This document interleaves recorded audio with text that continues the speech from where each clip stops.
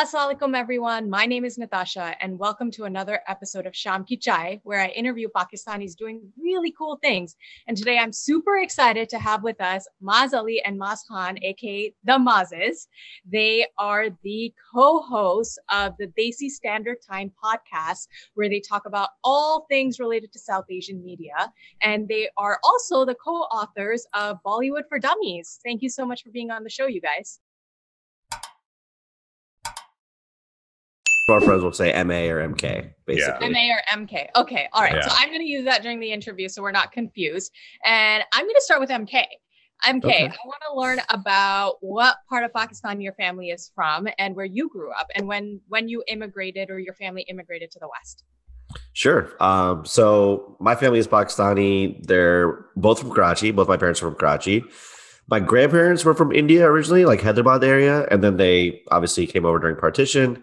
Okay. My parents grew up in Karachi. They migrated in the 80s, both of them, before they had me. So I was, lucky enough to be born in the States, get that U.S. passport right on birth. Got that. And they've since got that passport, baby. Working on that NICOP, but got the passport for the U.S. It's so hard to get the NICOP. It's so ridiculous. They have the photo requirements take 3 days to figure out. Like, it's ridiculous. Oh, I had no idea. It's always been easy in Canada. Well, let me tell you, as someone who's been trying to get his NICOP for the last 2 years, it's very difficult. But yeah, so they moved to New York originally. We lived in Queens. I grew up in East Elmhurst, right across from LaGuardia Airport. Used to just, fall asleep to the sound of planes and wake up to the sound of planes pretty much every other hour. And then we moved down to Georgia. I grew up there for the most part. Like when I was 7, we moved down. Went to school down there, went to college down there, went to law school down there. Oh, and then lawyer. Wow. A lawyer. Vakil Saab. Yeah. You love the truth, don't you?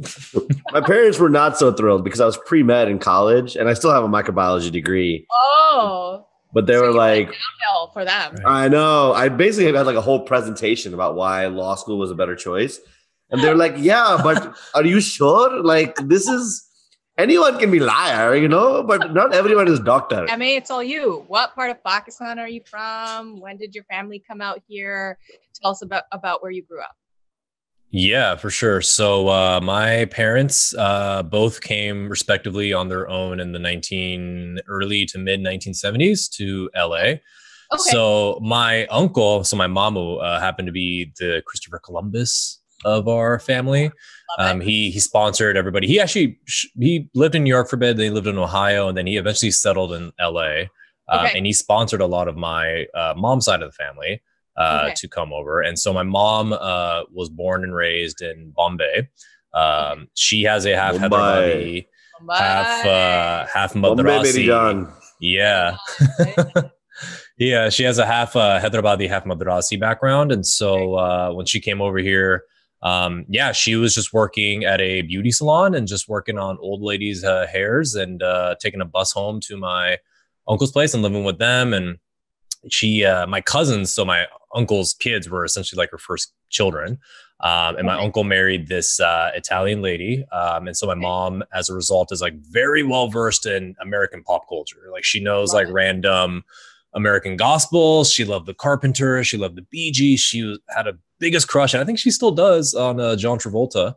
So we grew up watching a lot of Welcome Back, Kotter, Saturday Night Fever, Grease, etc. Very cool. Yeah, and all moms have a crush on John Travolta. This is all explaining a lot about you. Actually, I'm learning a lot about you right now. Right, yeah. That solo he has in it all Saturday makes Night Fever, sense. It all makes sense, right? Yeah, I'm definitely a product of my parents for sure. And then my dad, he's Pakistani, so he, when partition happened, he went from India, Hyderabad, to Rahimia Khan, which is near Punjab.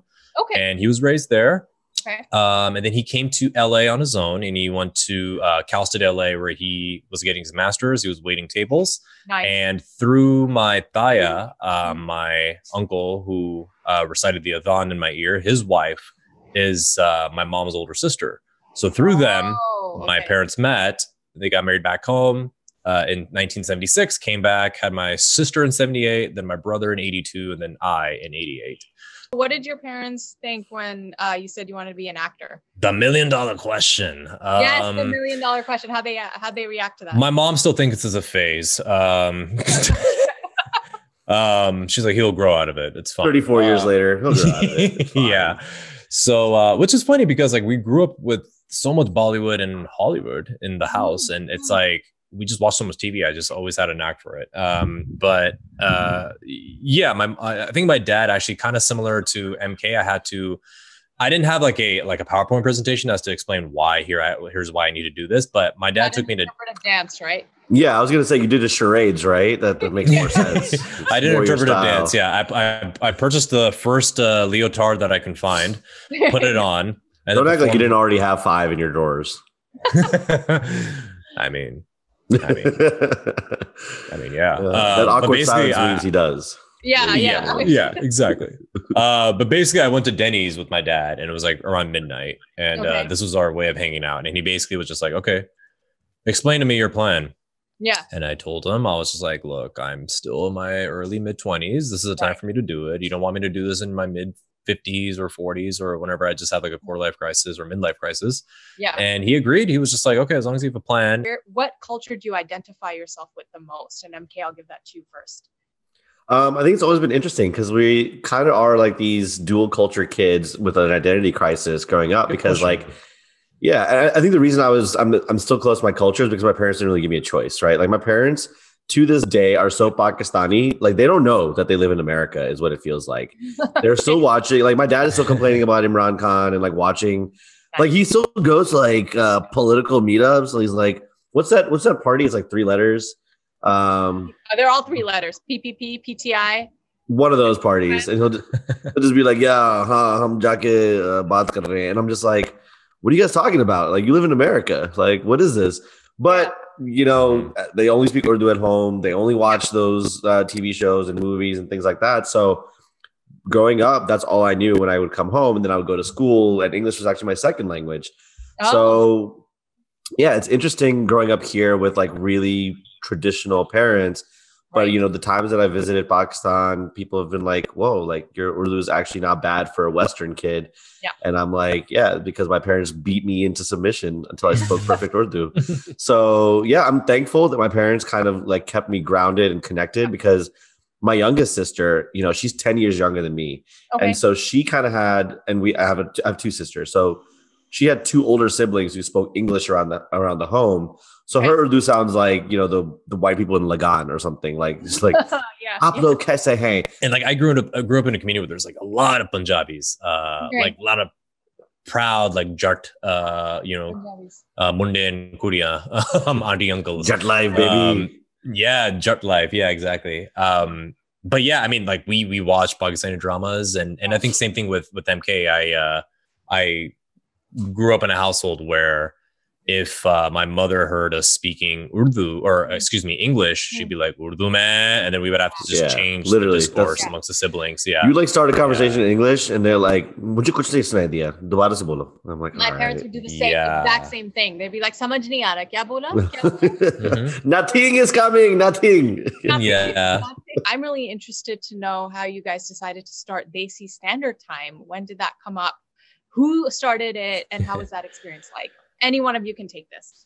Yeah, I feel like, and obviously feel free to interject, MK, but there was a competition clearly in Los Angeles from like 2017 through like 2018 between the Maazes. And, you know, one was, we always, like, whether we liked it or not, we were trying to outdo each other. And I think one thing that we both took pride in was Bollywood and Indian movies and our culture. And I remember one day we were hanging out, and I think MK was like, "Dude, I know like literally like black and white Bollywood. I know this and that. I know those songs." And like we were almost completing each other's like songs from like 1960s of like Borosan to Mother India, etc. But I'll pick up the story from there. But basically, so Hamna was like, we would always be on group chats essentially, and people would like bring something up, and we'd make like some obscure reference that only me and Maaz would like laugh at.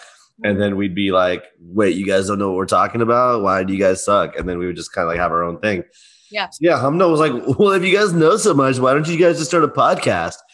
And sure enough, Anam Hussein, who is our wonderful producer and also Maaz Ali's wife, literally just kind of made a spreadsheet on Google Docs and was like, hey, losers, you're doing this. Nice. And because, I mean, honestly, I think that's just the push that we needed. And sure enough, we became those millennial dudes that started a podcast, the subject of every, you know, meme ever. And haven't looked back since. It's just been, it's been a cool journey. Okay, so tell me one thing you've learned about yourselves since you've had, like, started this podcast. How has it changed you? I think it's just made me realize how much, like, Bollywood and Pakistani serials, like all these different things have had like an effect on us. Like everything is kind of connected and it doesn't really hit you until you like literally critically think about it. But like we did an episode about eyes, like literally just about how we communicate in South Asian culture with looks. And it was like motivated by, you know, songs like Aankhon Ki Gustakiyan from Hum Dil De Chuke Sanam and stuff like that. And then I would think back and be like, yo, when I was like a kid and my parents wouldn't let me talk to girls and we'd all go to like Eid Melas or Chandrats or whatever. And I'd see like a hottie, you know, across the room. It's all like from the eyes, right? Before we had cell phones, you couldn't just like ping someone, be like, hey, let me get your Snapchat. Like we just had to like look at each other and be like, I find you very attractive. Do you find me attractive? Because communicate that back with the eyes. And then we will, you know, go from there. So it's just crazy. And I thought back that like, the reason why we did that, the reason why our culture kind of like, in my mind, because I didn't live in India or Pakistan, was Bollywood movies taught me like that's the way you communicate is through your eyes. Because I'm pretty sure we tell Americans that they're like, you could have just walked up to them and said, use your words. Words.